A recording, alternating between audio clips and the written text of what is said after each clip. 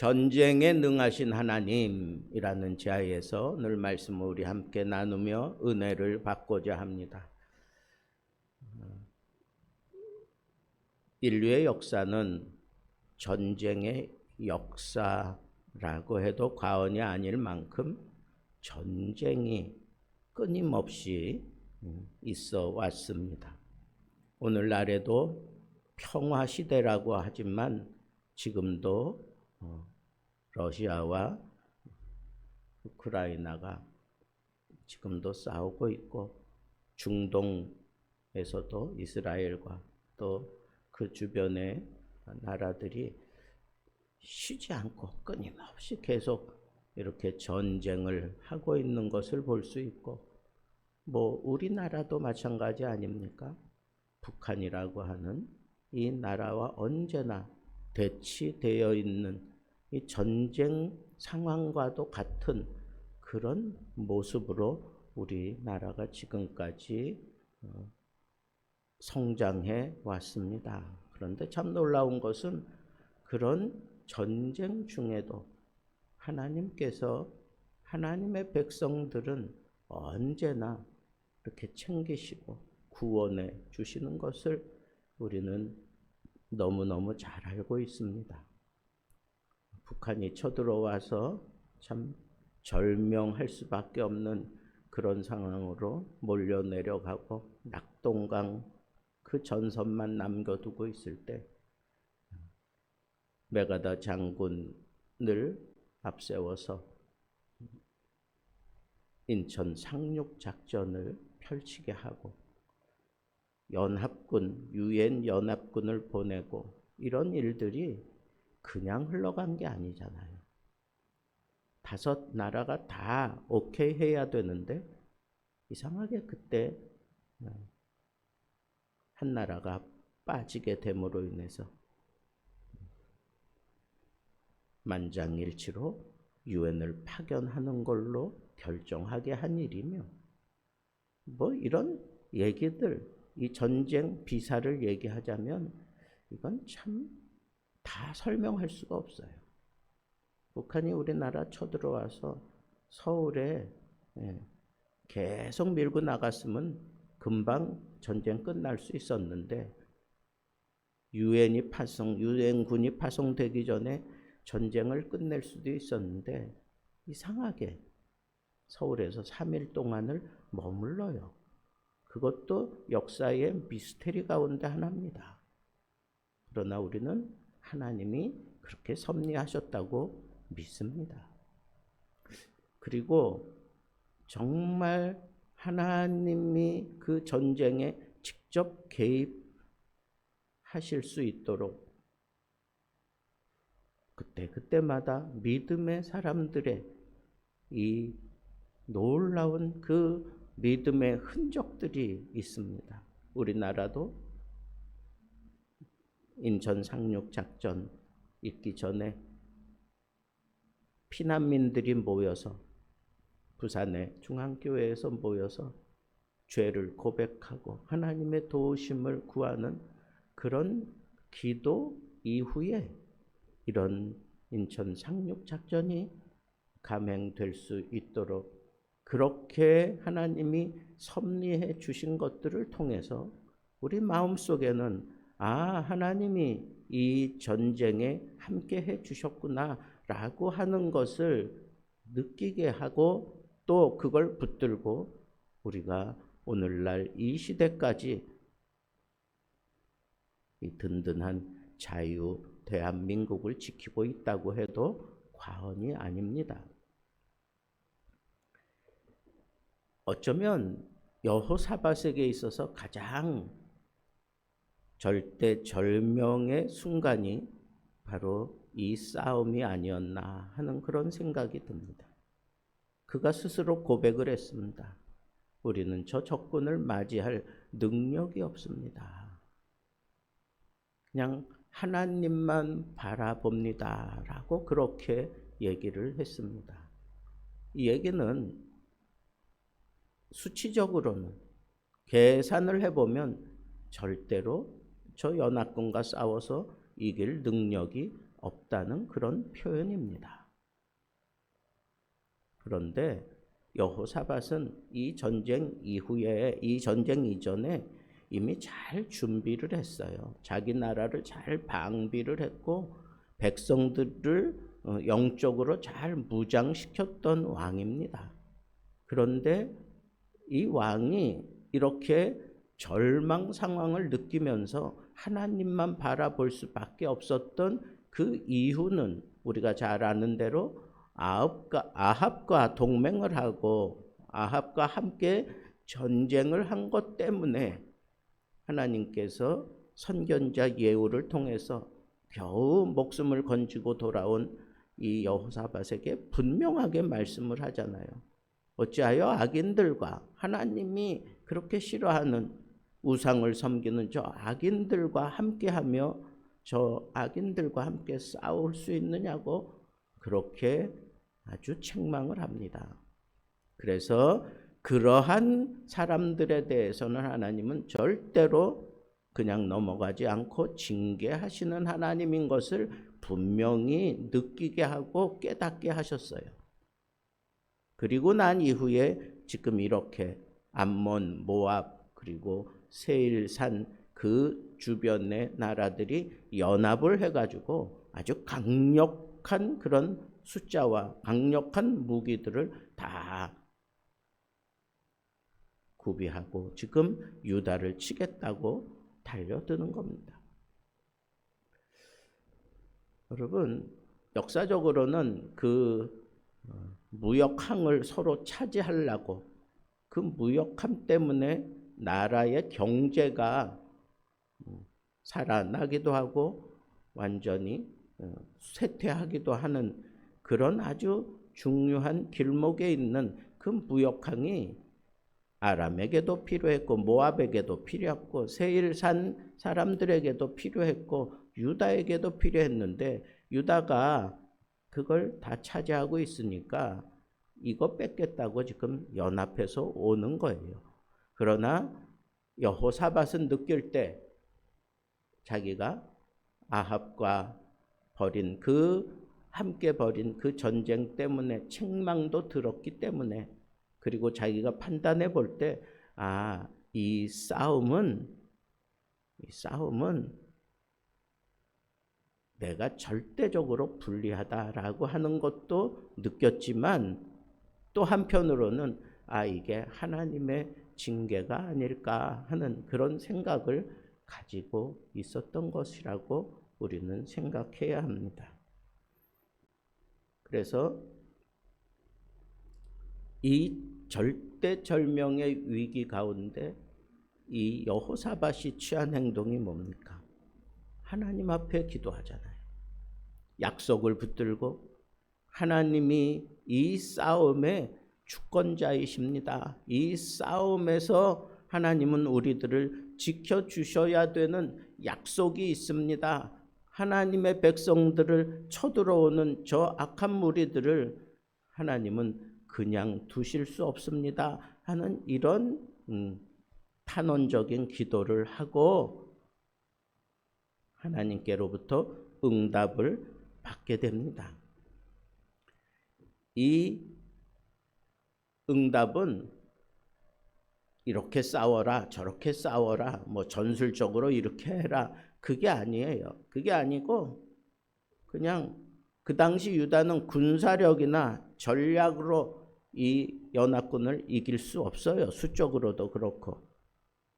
그런데 하나님께서 이 여호사밧에게 주신 그 응답을 보면 아주 단순합니다.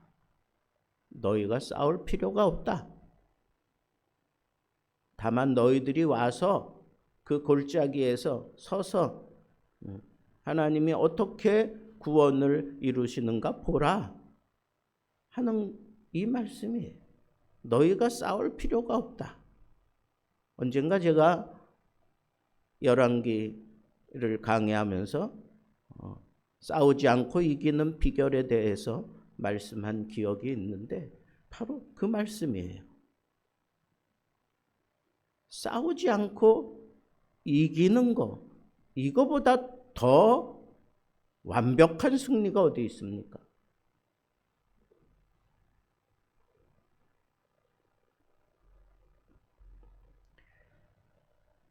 야시엘에게 하나님의 말씀이 주어졌습니다. 하나님께서 이렇게 선언했어요. 이 전쟁은 너희에게 속한 것이 아니라 하나님께 속한 것이라. 여러분, 이 말씀이 열쇠예요.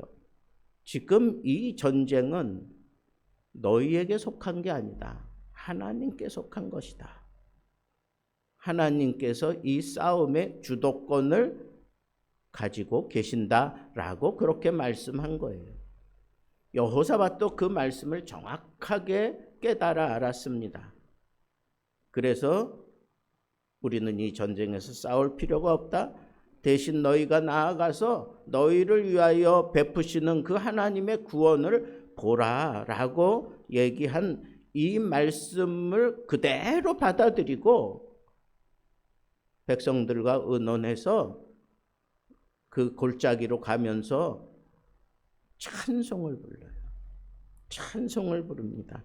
여호와께 감사하세, 그의 인자하심이 영원하도다. 아직 지금 자기들 앞에 여호와께서 승리해 놓으신 그 광경이 펼쳐지지 않습니다. 그냥 그 골짜기를 향하여 가면서 부른 찬송이에요. 먼저 감사했어요. 그리고 그 인자하심이 영원하다고 그렇게 찬양을 했습니다.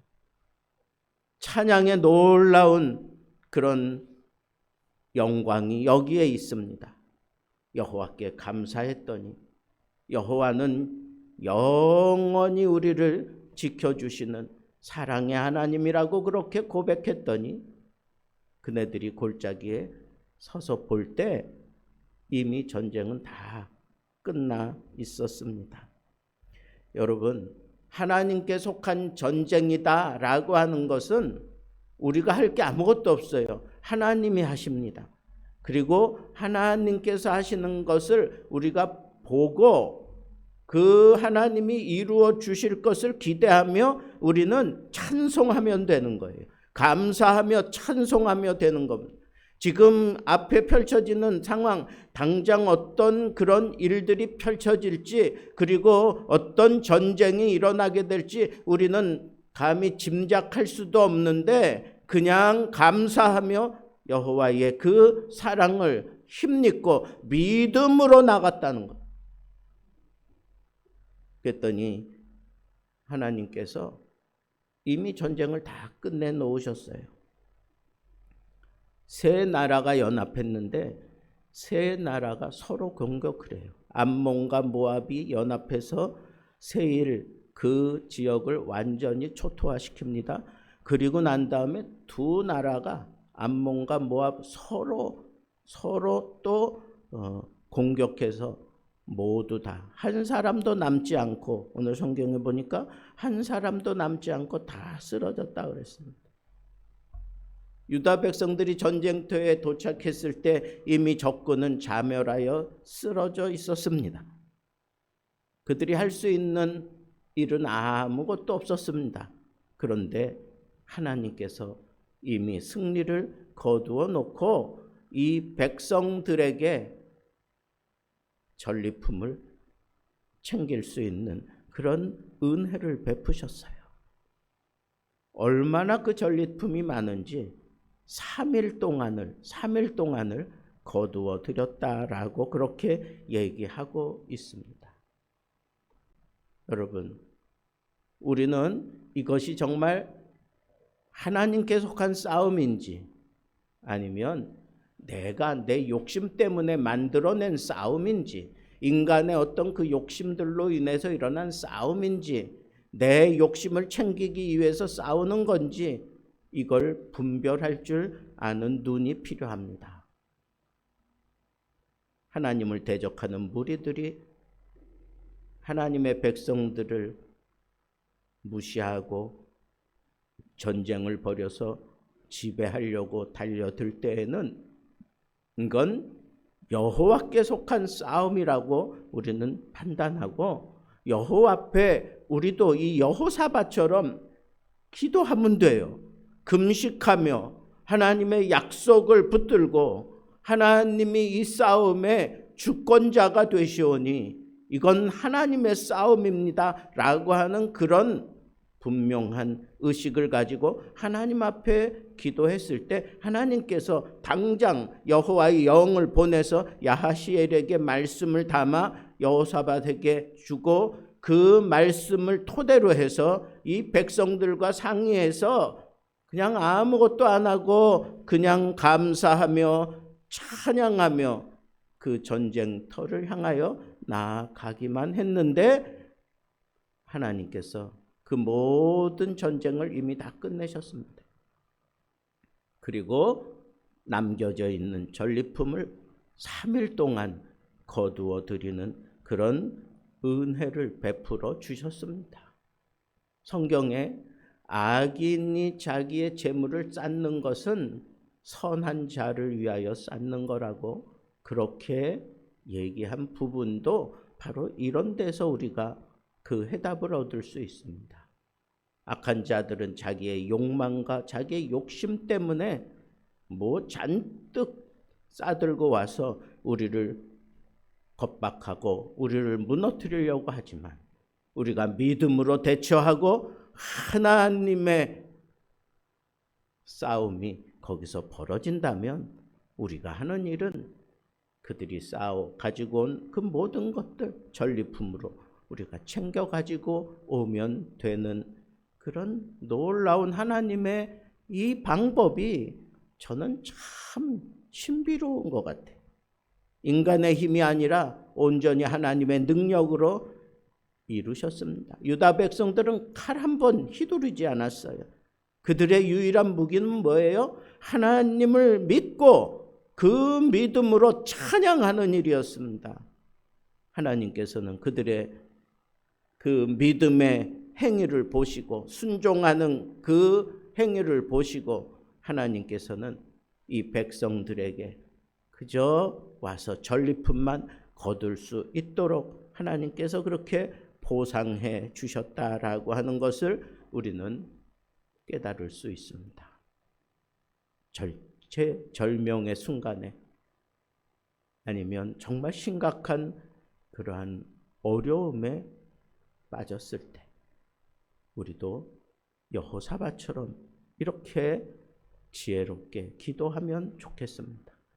하나님께서 이 전쟁의 주도권을 쥐고 풀어달라고 그렇게 기도하고 말씀이 내게 주어지거든 그걸 절대 믿고 순종하면서 이미 내 앞에 이루어질 걸 기대하고 감사하면서 찬양하며 나아가면 하나님께서 반드시 우리에게 이렇게 크게 보상해 주시는 것을 우리는 알 수 있습니다.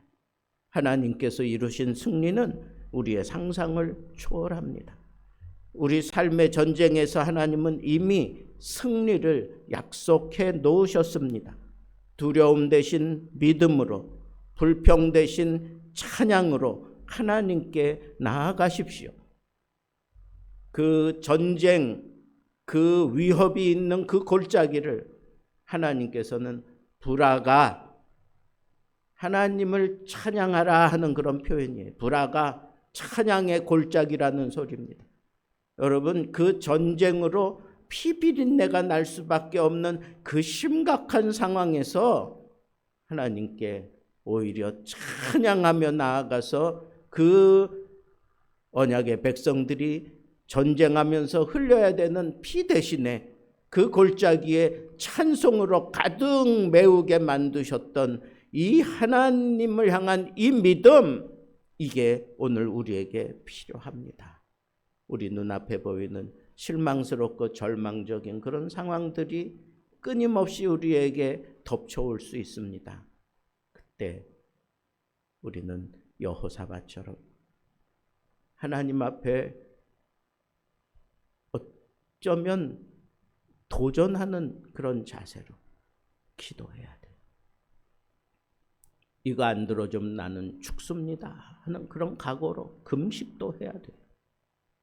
그리고 더 중요한 것은 하나님이 이 싸움에서 주도권을 쥐고 싸워 주십시오 하는 그런 분명한 그런 고백을 하고 말씀이 내게 주어진다면 그거 붙들고 믿음으로 순종하며 감사하며 찬양하며 나아간다면 그 싸움의 골짜기 하나님께서 찬양의 골짜기로 바꾸어 놓으셨다고 하는 이 사실을 오늘 내 삶 속에 끌어들여서 우리가 이 영적인 전쟁을 하며 이 심각한 골짜기마다 찬양으로 찬양의 골짜기로 만들어 갈 수 있는 브라가의 사람들 되기를 우리 주님의 이름으로 축복합니다.